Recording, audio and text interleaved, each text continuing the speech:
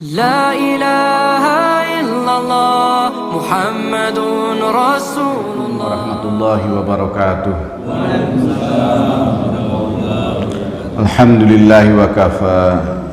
Wassalatu wassalamu ala nabiyyinal mustafa wa ala alihi wa sahbihi ahli sidqi wal wafa. Amma ba'du.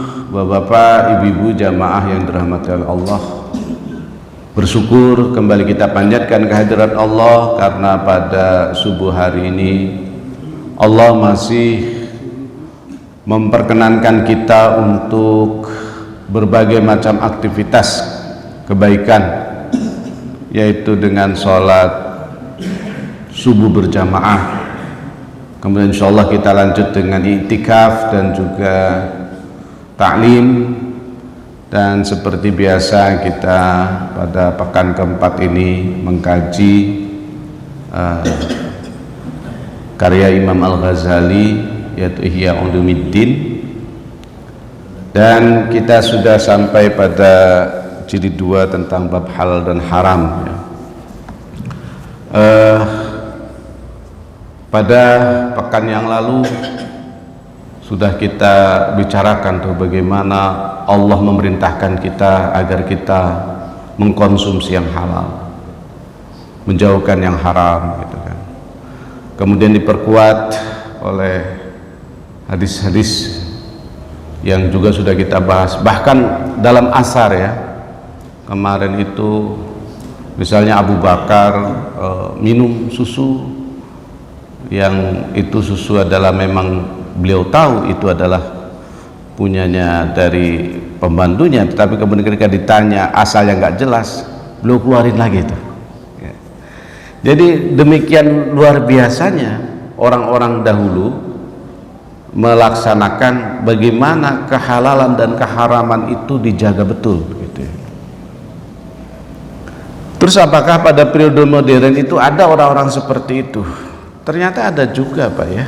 Kalau saya perhatikan dalam sejarah itu ada orang-orang yang lebih memilih yang sedikit tetapi halal daripada banyak namun haram. Tapi jumlahnya sedikit yang begini.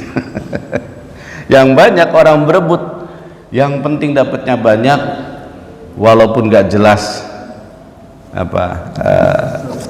asal usulnya gitu kan. Nah, ini yang banyak seperti ini gitu.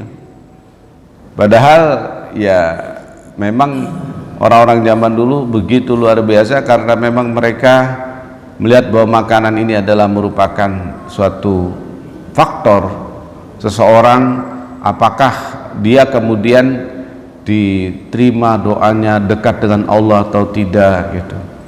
Karena memang pada akhirnya kita semua akan berpikir ya Pak, bahwa dan menyadari gitu bahwa semuanya atribut-atribut kehidupan ini, semegah apapun, sehebat apapun akan kita tinggalkan. Apalagi kalau misalnya kita tidak punya apa-apa, terus kita melawan, terus kita juga tidak taat, lantas apa yang akan kita peroleh gitu kan. Maka oleh karena itu menjaga kehalalan ini menjadi sesuatu yang mutlak untuk kita terus menerus menjaganya dan melaksanakannya di dalam kehidupan kita sehari-hari gitu. I'lam anna tafsilal halal wal harami innama yutawalla bayanahu kutubul fiqhi. Bahwa ketahuilah sungguhnya penjelasan terkait dengan halal dan haram ini memang menjadi wilayah fikih ya. Nah, kemudian wa yastaghni al-muridu an tatwilihi bi ayakuna lahu tu'madatun muayyanatun yu'rabu bil fatawa hilluha la yaqulu min ghairiha. Dan cukuplah bagi seorang yang menginginkan kebaikan gitu kan, yang makannya itu adalah makanan yang tertentu, maka cukup baginya untuk apa? Mengkonsumsi yang jelas halalnya gitu ya. Yang jelas halalnya karena fatwa yang ada gitu. Jadi oleh karena itu Bapak Ibu sekalian, maka kita tidak mungkin melaksanakan apa-apa yang selain daripada yang halal gitu ya. Jadi hanya yang halal saja yang boleh kita lakukan, yang boleh kita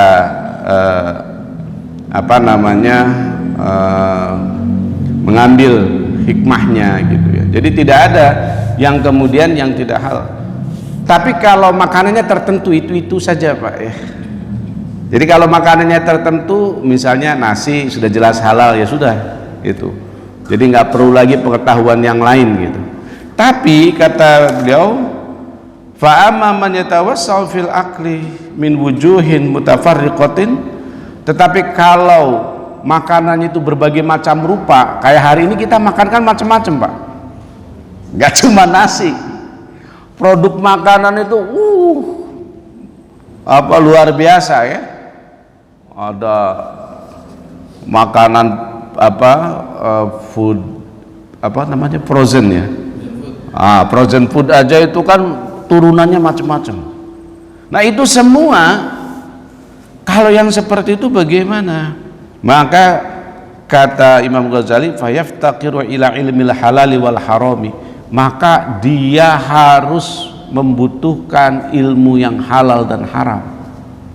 Jadi jangan asal makan gitu ya, jangan asal makan, tapi harus jelas nih halal haramnya. Karena kalau asal makan maka dan kita tidak tahu ilmunya, repot Pak.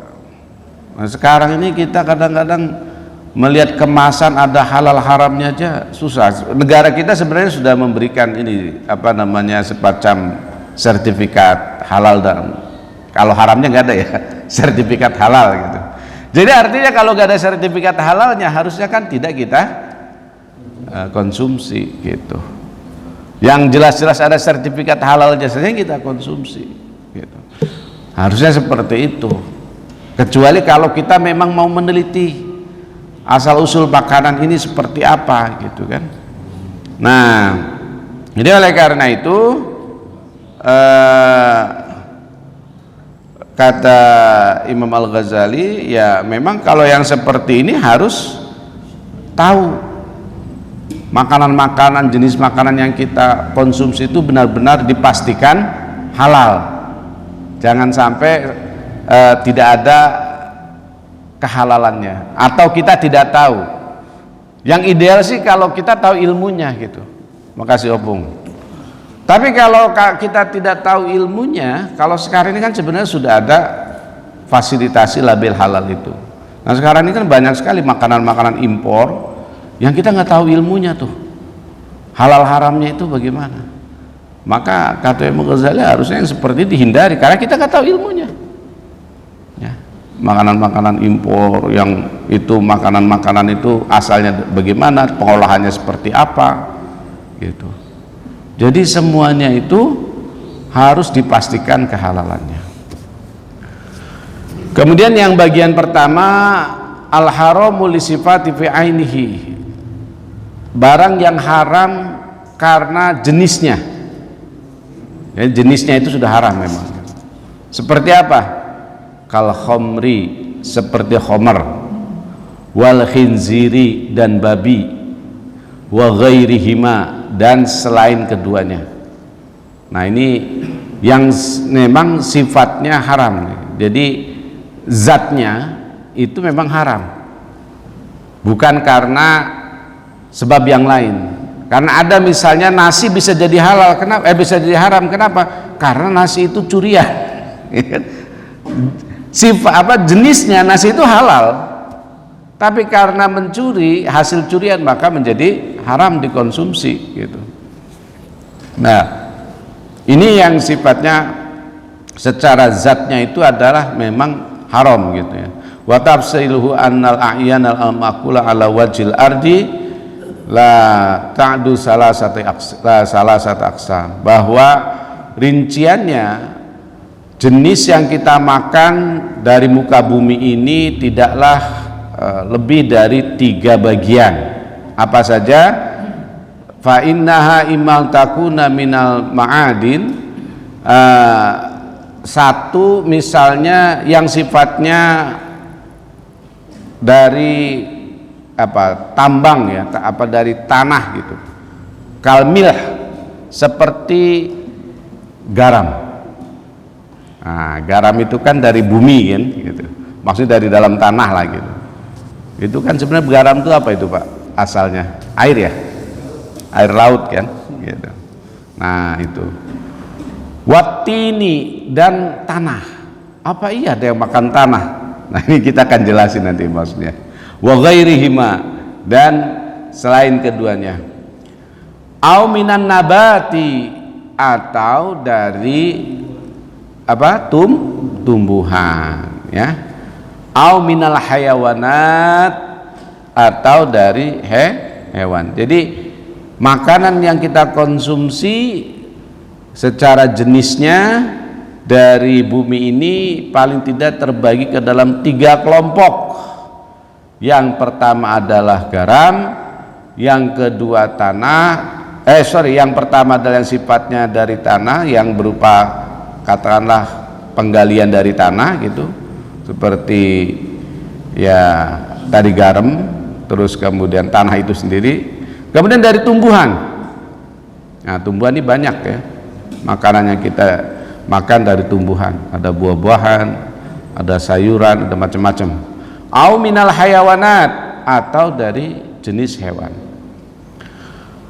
Nah, adapun dari jenis yang sifatnya dari tanah yang tambang tadi, fahiya azaul ardi wa jami'u ma yukhraju minha, maka itu adalah bagian dari bumi dan apa-apa yang dikeluarkan darinya. Fala yahrumu akluhu, maka tidak haram mengkonsumsinya, illa min haitsu innahu yadurru bil aql.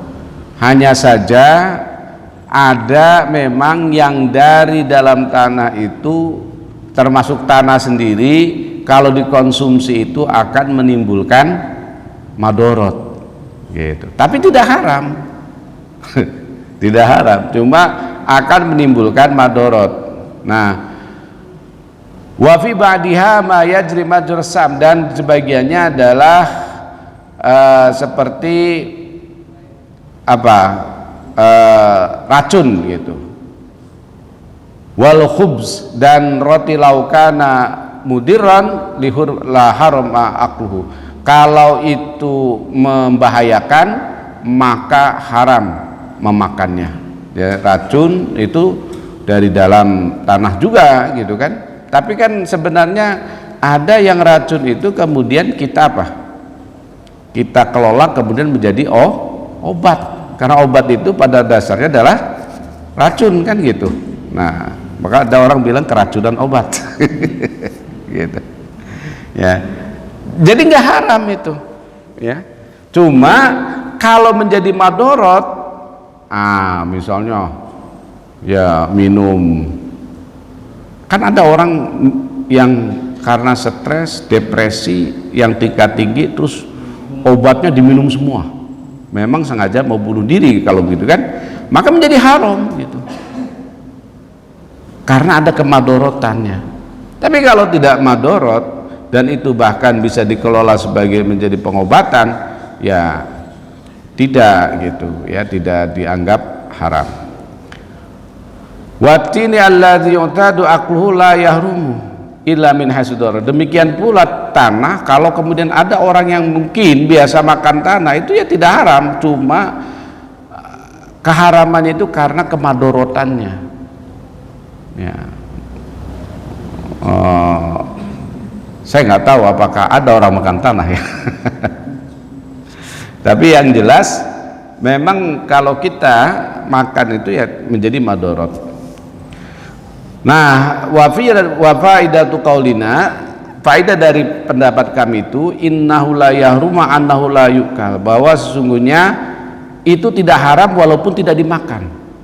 Nggak haram walaupun tidak dimakan. Jadi sebenarnya kayak tanah itu ya nggak haram, tapi tidak kita makan. Nah, kemudian annahu la waqa syai'un minha fi mirqatin aw ta'amin ma'i'in. Misalnya kalau dia terjatuh ke sayuran atau ke makanan yang sifatnya cair, lam yasiru bihi muharraman, maka kemudian tidak menjadikan makanan itu menjadi haram gitu. Itu maksudnya Pak, bahwa kenapa tanah itu tidak dihukumi haram, karena kalau kemudian debu masuk gitu, atau bahkan mungkin ada apalah masuk yang kita itu tahu gitu ya, maka itu tidak menjadi haram ya. Nah soal kalau kemudian higienis tidak, nah, ini soal lain gitu kan ya, tapi kalau jenisnya memang tidak menjadikannya haram. Nah cuma kan tadi ada kaidahnya, kalau menjadikan madorot ya, ya sifatnya keracunan dan madorot lainnya, maka ya tidak boleh dimakan gitu. Wa manabatu, terus yang dari jenis apa tumbuhan, falah yarumu illa ma yazilul aql, maka tidaklah haram kecuali yang menghilangkan kewarasan akal. Makan apa, kecubung ya. Ya, ganja misalnya ya, itu kan dari tumbuhan ya Pak gitu. Au yazilul hayat awisiha, atau menghilangkan kehidupan dan kesehatan gitu ya. Maka famazilul akli, yang menghilangkan kewarasan akalnya apa, al-banju wal khamr, yakni ganja dan khamr gitu. Wasairil muskirat, dan semua yang memabukkan, maka ini tidak dibolehkan ya, atau diharamkan. Jadi semuanya boleh, fala yahrumu, tidak haram, kecuali tadi yang menghilangkan akal, atau wa mazilul haya, atau menghilangkan kehidupan. Misalnya apa, asamum, racun ya, misal racun dari tumbuhan gitu ya, maka menjadi haram karena dia akan menghilangkan apa namanya kehidupan. Wa mazilul sihat, sedangkan yang wa muzilul sihat, sedangkan yang menghilangkan kesehatan apa, al adawiyatu bi ghairi waqtiha, yaitu konsumsi obat di luar waktunya ya. Konsumsi obat itu kan ada waktunya, pagi misalnya, siang sore, atau pagi malam gitu kan, pagi siang malam atau pagi malam, ini enggak di waktunya, maka ini akan menimbulkan apa, kesakitan. Itu tadi misalnya keracunan obat dan seterusnya. Nah maka semuanya ini yarji'u ila dharar. Kenapa menjadi haram? Karena akan menjadikan kemadorotan ya. Artinya bahaya untuk diri kita, apakah itu akal kita atau apa tadi kesehatan kita gitu, atau bahkan hidup kita. Maka semuanya menjadi haram, illal khamru wal muskirat, kecuali khamr dan semua yang memabukkan ya. Jadi kenapa? Karena khamr dan semua yang memabukkan itu walaupun tidak membahayakan tetap haram gitu. Misalnya Pak, saya kan cuma sedikit minumnya gitu ya, minum khamrnya cuma sedikit, berarti nggak haram dong? Enggak, walaupun sedikit walaupun tidak memabukkan tetap haram kalau yang seperti ini gitu. Karena memang ternyata orang itu nggak ada yang langsung menjadi pemabuk berat kan, pasti mulai dari yang sedikit gitu. Pasti mulainya dari yang sedikit, nggak mungkin langsung wah saya mau jadi langsung pemabuk ini, nggak ada.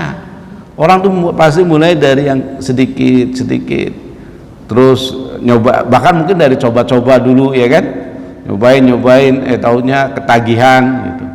Nah maka yang bersifat khamr dan muskirat walaupun tidak membahayakan ya tetap saja haram gitu. Wa amal hayawanat, adapun hewan, fatang kasimu ila ma yukalu wa ila ma la yukalu, maka dibagi ya ada yang hewan yang bisa dimakan, ada yang tidak bisa dimakan. Wa tafsiluhu fi kitabil at'imah, dan perinciannya dalam bab makanan, ya. Wa nazaru yatulu fi tafsiri, dan di situ akan dijelaskan penjelasannya secara gamblang, la syama fituyur al-gharibah, bahkan tentang burung-burung yang yang ganjil, yang jarang gitu. Wa hayawanatul birri wal bahri, dan hewan darat serta lautan. Jadi kalau hewan itu intinya ya memang ada yang bisa dimakan, ada yang tidak bisa dimakan. Wa may yahilu akluhu minha fa inna yahilu idza dzubiha dzabahan syar'iyan, dan hewan yang boleh dimakan dan halal itu apabila disembelih dengan sembelihan yang secara syar'i. Nah, ya kan? Disembelih dengan sembelihan yang secara syar'i. Nah, bagaimana ru'ya fihi surutudz dzabihi?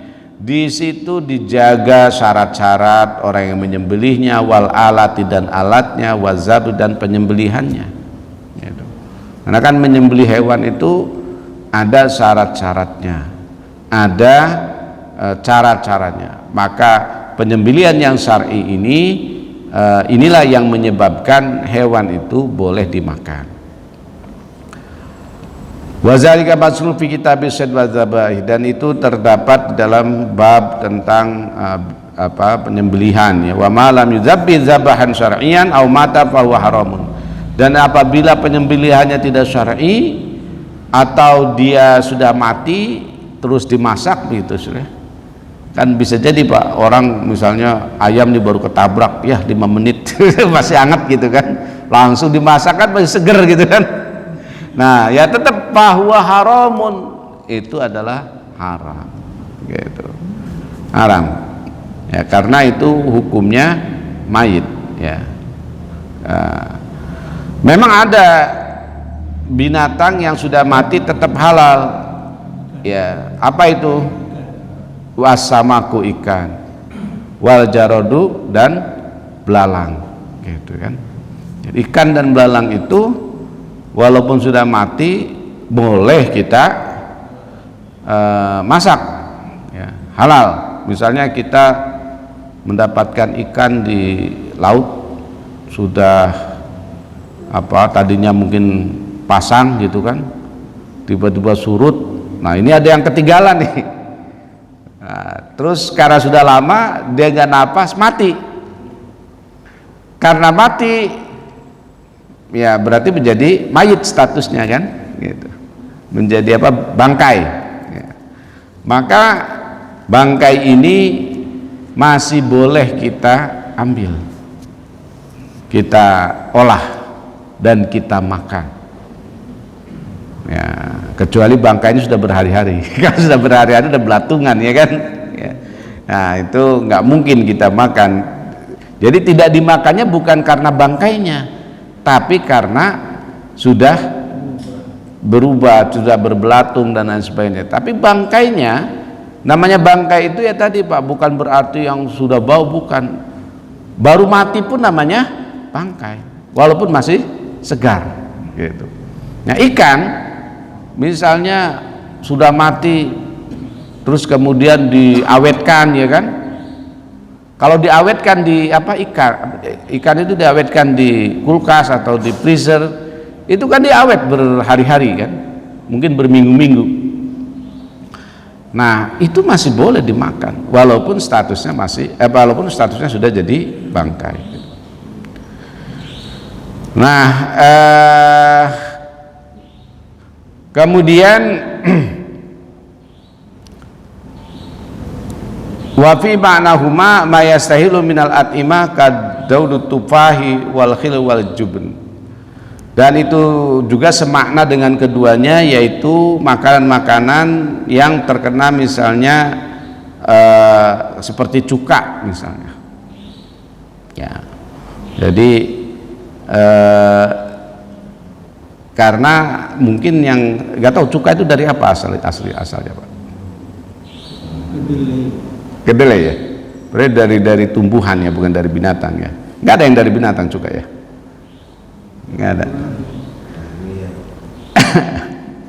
Nah, jadi kalau yang binatang-binatang seperti misalnya, bagaimana ada juga pertanyaan binatang-binatang di sini nih yang kayak kalajengking dan lain sebagainya gitu kan. Nah, kalau yang seperti itu termasuk juga lalat gitu, itu tidak najis. Ketika dia masuk makanan, malah Rasul katakan suruh di apa Pak?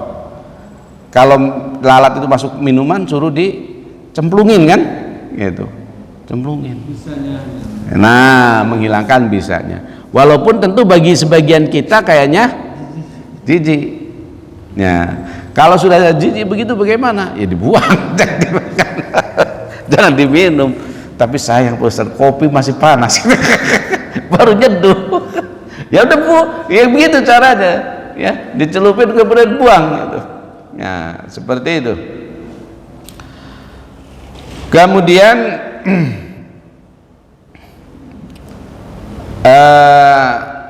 nah, yang seperti itu li'umumil istiqzar katanya.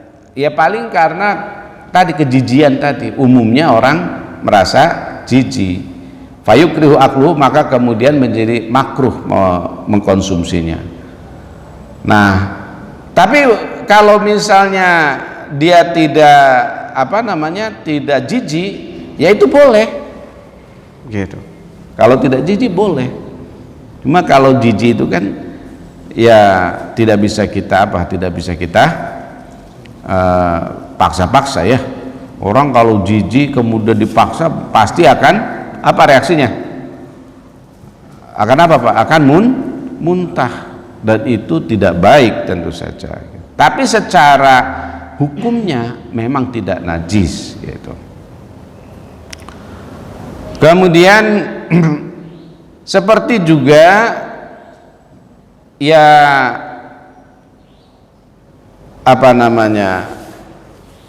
annal adamiyya la yanjusu, bahwa anak Adam manusia itu juga tidak najis bil mauti, karena kematiannya. Walakin li'an akla muharramun, kenapa memakannya haram? Ihtiraman. Nah, kalau manusia itu bukan karena jijik tapi karena menghormati. La istiqzaran, bukan karena jijik, walaupun jijik juga ya Pak. Misalnya kita disuguhin makanan itu, ini ada sop paha nih, Pak almarhum. Pasti kita akan muntah-muntah karena kita tidak membayangkan itu, walaupun ada juga orang seperti Sumanto ya gitu. Nah, jadi wa amal hayawanat al makula idza dzubihat bi syarti syar'i fala tahilu jamil ahzaiha bal yahrumiha ad-dam wal fars. Jadi hewan-hewan yang bisa dimakan itu apabila sudah disembelih dengan syarat dengan syarat syara gitu, maka dia tidak halal seluruh bagiannya ya. Seperti apa? Seperti darah dan kotorannya ya nggak halal walaupun sudah disembelih gitu. Jadi tidak seluruhnya halal. Wah, ini kan udah disembelih nih, berarti darahnya kalau dulu dijadikan marus gitu ya. Nggak tahu masih ada nggak sekarang itu. Dulu tuh kok orang kreatif ya. Darah dibekukan kemudian dimasak, ya kan? Yang itu yang kemudian disebut dengan marus itu Pak. Ya, ada yang kreatif seperti itu gitu. Maka itu diharamkan. Tetapi selain itu boleh ya, jeroan gitu. Makanya dulu di mana tuh katanya? Ada orang tuh kalau nyembelih binatang kayak sapi gitu, jeroannya dibuang. Akhirnya sama orang Padang dilihat, jangan dibuang Pak, buat saya aja katanya. Diolah sama dia. Wah, ternyata nikmat gitu. Iya. Nah, begitu kemudian disuguhkan jeroan itu kepada orang tersebut, nikmat, enak ini, apa ini? Ya ini yang kamu buang kan. Makanya saya bilang jangan dibuang. Nah, jadi memang ketika hewan itu sudah disembelih bukan berarti kemudian halal keseluruhannya. Ada tetap yang haram, yaitu apa? Darahnya, kotorannya gitu. Itu harus dibuang. Jangan sampai kemudian dimanfaatkan. Walaupun ya kalau zaman dulu sih ada Pak, darah itu diolah gitu. Zaman dulu, nggak tahu kalau sekarang masih ada apa enggak gitu. Jadi nanti bentuknya itu seperti apa ya? Kayak ati gitu. Karena dibekukan kan, sudah beku, kemudian dimasak gitu. Ya. Nah, kemudian ini semua ya itu adalah najis. Bal tanawulun najasa mutlaqan muharramun, bahkan memegang najis itu mutlak haramnya gitu. Walakin laisa fil a'yan syai'un muharramun najasun illa minal hayawat. Tetapi memang dalam jenisnya itu sesuatu yang haram, yang najis itu hanyalah dari hewan-hewan itu. Wa amma minan nabat fal muskirat faqat duna ma yazilul aqal wa la yaskuru kalban. Dan adapun dari tumbuh-tumbuhan, maka yang memabukkan saja yang haram itu. Fa inna najasatal muskir taghlizu li zazri anhu li kaunihi fi mazanati tasyawuq. Karena memang kenajisannya itu karena ya ada dampak yang buruk tadi terhadap akal ya. Maka kemudian ini tidak boleh. Tetapi wala yahrumu, tidak haram al intifa'u bihi li ghairil akal, memanfaatkan bekas misalnya ada homer ada apa, itu nggak haram kalau tidak untuk makan, kalau untuk tidak dimakan gitu. Misalnya fayajuzu al istibau biduhni al najas, boleh apa menggunakan minyak yang terkena najis untuk lampu. Nah, yang penting tidak dimakan gitu. Jadi memanfaatkan sesuatu yang najis untuk apa? Untuk selain dimakan boleh. Ya misalnya untuk lampu gitu. Minyaknya tercampur apa misalnya? Tercampur najis misalnya. Tercampur homer misalnya. Tercampur apa lagi? Nah, silakan saja kalau misalnya untuk lampu gitu. Tapi kalau dimakan maka ini menjadi najis. Nah, kemudian ini yang bagian pertama itu najis karena memang zatnya ya. Nah, bagian kedua mayarum li khilali fi jihati isbatil yadi alaihi. Haram karena apa? Penyebab yang lain gitu. Misalnya kalau di sini dijelaskannya karena dari usaha tangan ya. Maksudnya ya tadi barangnya jenisnya sih halal, tapi kemudian caranya tidak halal. Nah, itu menjadi haram.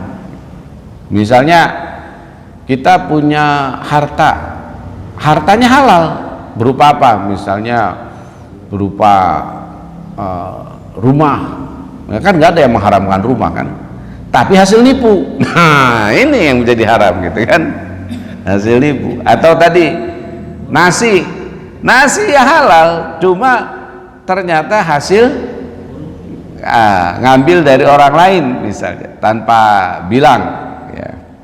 Nah, maka dalam kaitan ini akhzul mali imma yakuna bi ikhtiyaril malik, memang memanfaatkan harta itu ada kalanya karena memang berikhtiar ya gitu, berikhtiar au bi ghairi ikhtiyarihi, atau tanpa ikhtiar. Nah, falladhi yakunu bi ghairi ikhtiyarihi kal irs. Nah, harta yang tanpa ikhtiar itu misalnya kita dapat warisan. Ya kan? Kalau dapat warisan kan tanpa ikhtiar, Pak. Kita nggak ikhtiar tahu-tahu kita punya tanahnya luas. Kenapa? Bapak kita punya tanah, engkong kita punya tanah. Maka kemudian ketika bapak kita, engkong kita meninggal dunia, kita punya harta. Nah, tanpa ikhtiar, tanpa bersusah payah. Waladhi yakunu bi ikhtiyari imma la yakunu min malikin kanailil mi'adin. Ada juga ya dengan ikhtiar, tetapi itu bukan miliknya sebenarnya. Misalnya kayak barang tambang. Barang tambang itu kan bukan milik dia, tapi kemudian menjadi miliknya setelah dia menambang. Dulu ini bicara dulu belum ada peraturan pertambangan ya Pak. masih bebas, belum ada peraturan pertanahan. Sekarang laut aja di coupling kan kalau sekarang. Ya. Nah, waladhi yakunu bi ikhtiyari apa kemudian au yakuna min malik ya, atau didapat dari yang pemilik. Waladhi akhadha min malik fa imma ayyukhadha qahran au yukhadha taradian. Nah, sedangkan mengambil dari pemilik ya, dari pemilik harta, ada yang dengan dipaksa, ada dengan ridho. Kalau dipaksa boleh nggak Pak? Halal nggak maksudnya? Ah, belum tentu. Dipaksa belum tentu haram. Nah, ini kita pembahasannya di sini. Wal ma'khudhu qahran imma yakun ala suquti ismatil malik kal ghanaim. Dan mengambil secara paksa itu diantaranya adalah karena kalahnya peperangan, maka menjadi harta ghanimah. Ya, harta ghanimah orang sebenarnya nggak ridho diambil kan. Tapi kalau dalam perang itu menjadi rampasan, ya dipaksa kan, gitu. Karena itu sudah hukum perang pada saat itu. Saya kira sampai sekarang begitu ya, orang kalah perang pasti diambil semua itu, gitu kan? Ya. Iya, kalau kalah perang semuanya diambil gitu. Kemudian aulistiqaqil ahdi kazakati, atau memang karena memang dipaksa, karena dia harus mengambil zakat al-mumtani'in, yang tidak mau membayar zakat gitu. Dipaksa itu. Jadi zakat itu bukan anjuran tapi paksaan, dan ketika dipaksa itu ya boleh. Wa nafaqati al-wajibah, atau nafkah yang wajib. Nah, gitu. Jadi artinya di sini bahwa yang diambil itu bisa ada yang boleh, ada yang ada yang dipaksa, ada yang ridho. Tapi itu semua adalah boleh asalkan memang sesuai dengan hukum. Tapi kalau yang tidak sesuai dengan hukum, punya pedi saya paksa saya ambil, itu mah haram. Itu namanya rampok gitu. Ya. Karena tidak ada apa? Tidak ada hukum yang mengatur itu. Beda dengan hukum dalam beda dengan hukum dalam peperangan gitu ya. Gitu. Wal makhzu taradian imma yukhadha bi'audin kal bai'i. Adapun yang secara ridho ya, misalnya adalah mengambil dengan pertukaran seperti jual beli. Ya, kalau jual beli mah ridho kan? Yang jualnya ridho, yang belinya ridho gitu. Kalau yang begini memang harus dasarnya ridho Pak, nggak boleh dasarnya tidak ridho, dipaksa-paksa suruh beli gitu kan. Jadi harus ridho dasarnya kalau dalam jual beli. Wasidak, dan juga mas kawin gitu. Wal ujroh, dan juga upah ya. Jadi kalau yang seperti ini, kenapa ridho? Karena saling menguntungkan. Misalnya antara bos dan karyawan, ya bos juga merasa diuntungkan dengan adanya karyawan, maka bos pun ridho memberikan gaji, upah kepada karyawannya. Karyawannya juga ridho bekerja. Kenapa? Karena mendapatkan upah ya. Nah, jadi dari sini maka ada 6 hal gitu. Misalnya kita, cepat aja dipegang karena kita waktunya sudah mau habis. Ma yukhadhu min ghairi malik, yakni apa yang kita ambil sebagai bagian dari harta, bukan dari pemiliknya. Misalnya apa? Karena lil ma'adin, yakni mendapatkan harta dari tambang, ya kita nambang gitu, itu kan gak ada pemiliknya zaman dulu. Tapi ya wa ihyail mawat, atau kita mendapatkan tanah. Kalau dulu kan tanah ini hutan, kita menghidupi, kita merawat, maka itu menjadi milik kita, nggak perlu pakai sertifikat, nggak ada sertifikat, ada macam-macam. Dan itu dibolehkan, Pak. Kenapa? Karena dia memang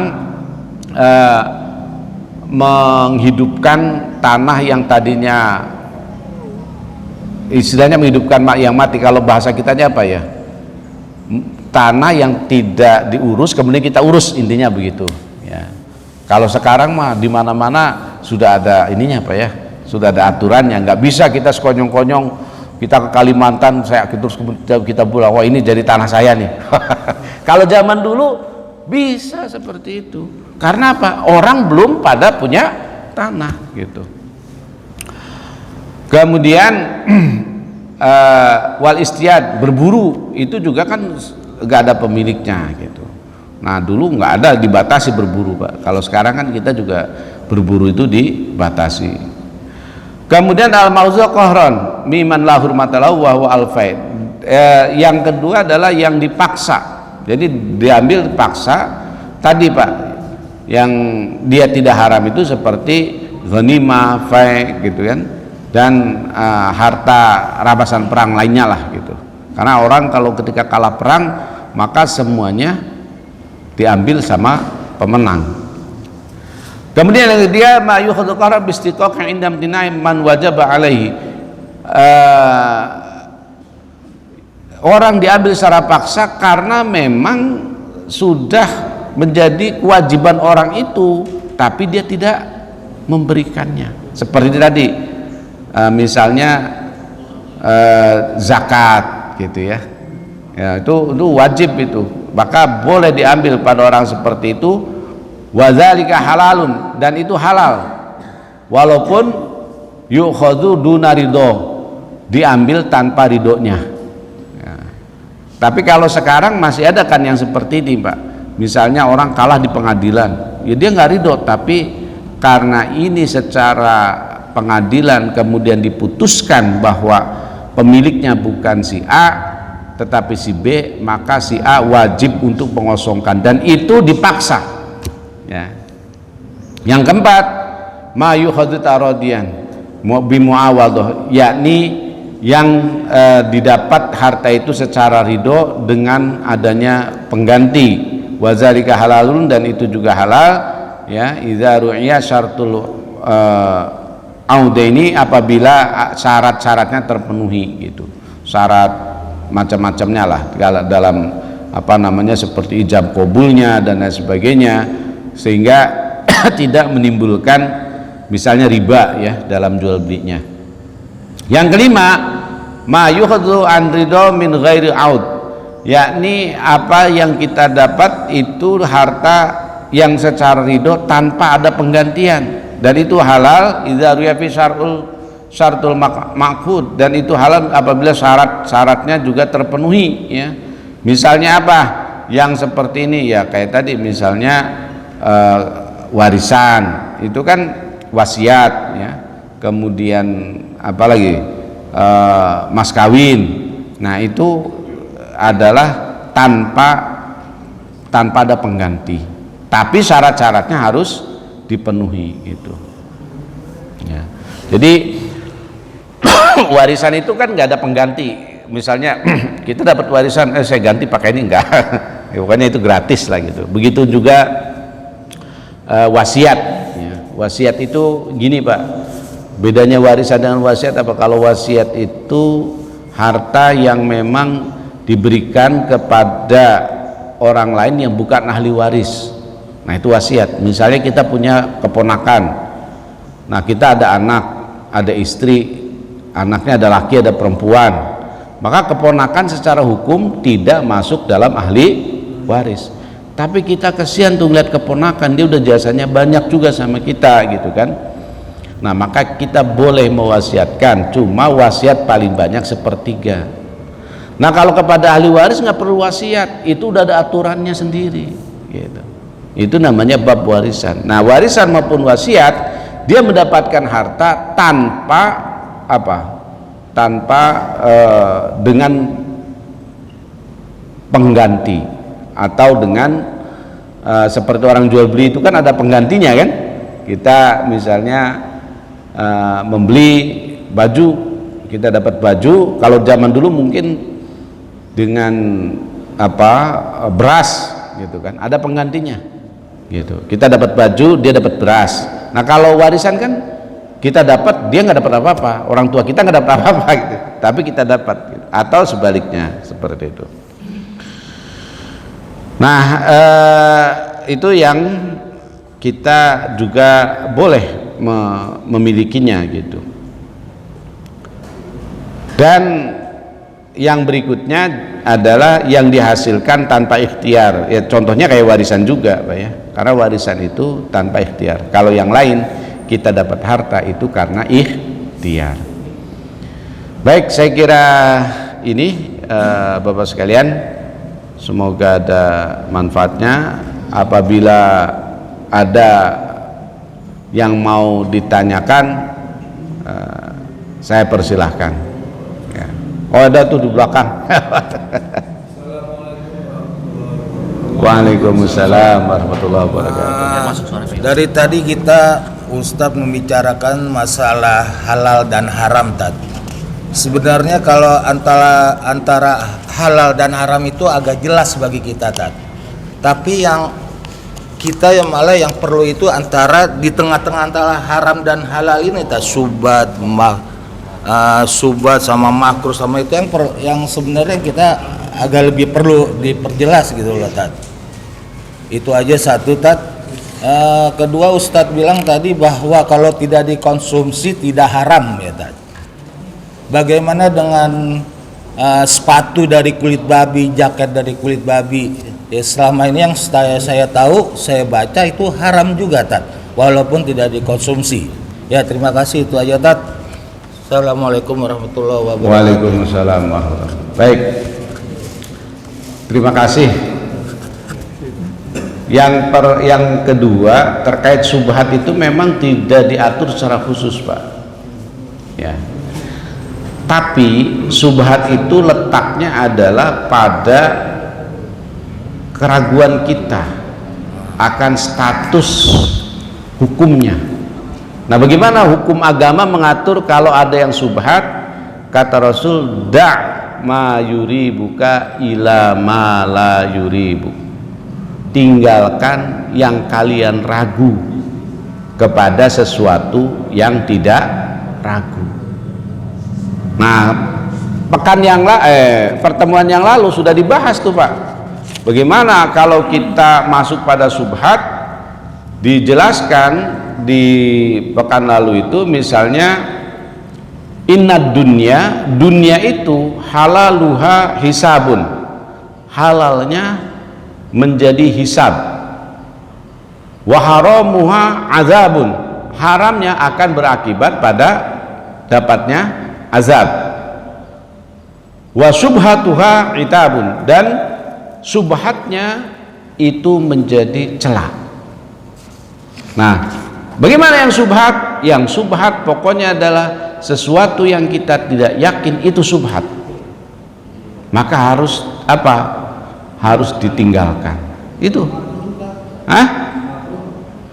makruh. Nah, makruh itu bukan subhat Pak. Kalau makruh itu jelas hukumnya. Ya, kalau makruh itu kan para ulama fikih sudah mengatur Pak. Makruh itu jika kita meninggalkannya berpahala, ya, mayusabu ala tarkihi. Jadi ketika ditinggalkan dapat pahala, kalau dilaksanakan yang nggak dapat pahala, cuma nggak dapat dosa gitu. Kalau mau dapat pahala ya tinggalin, itu yang makruh Pak. Jelas Pak ya?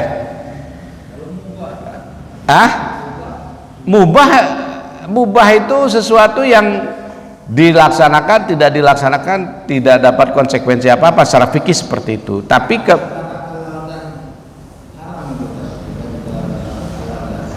itu subhat kalau antara halal dan haram kan.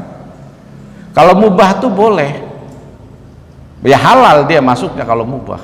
Kalau dihukumnya ke halal haramnya ya, kalau yang mubah tuh ya halal gitu. Jadi contohnya makan mubah, minum mubah, tidur mubah, asal hukumnya. Tapi hukum itu kan akan selalu berubah sesuai dengan kondisinya.